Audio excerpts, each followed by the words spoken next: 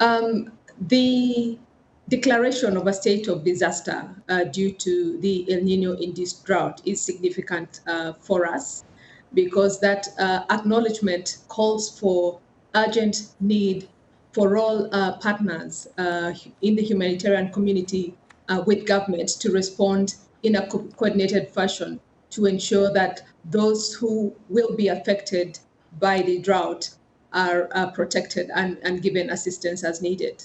You know, we talk about response, but we also see that not only is Zimbabwe impacted by this drought, but also other countries in the region like Malawi, Angola, Botswana, Namibia, going as far as Mozambique and even Madagascar. How is WFP and other aid organizations working to respond to this crisis, working together to respond to this crisis, and maybe perhaps including the governments of these countries? Certainly, in Zimbabwe, we are consulting. We are consulting with government and just understanding the scale of this.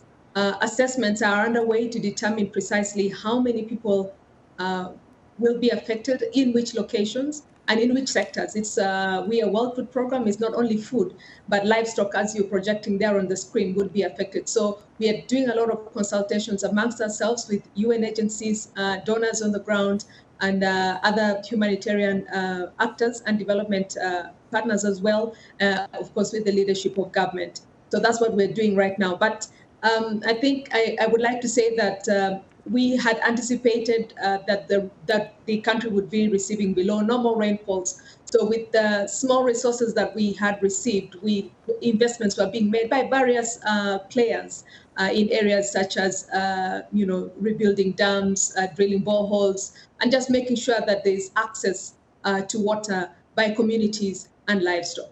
And Christine, briefly, are there any early warning signs that could possibly avert a crisis of this magnitude where people are really staring at a hunger crisis?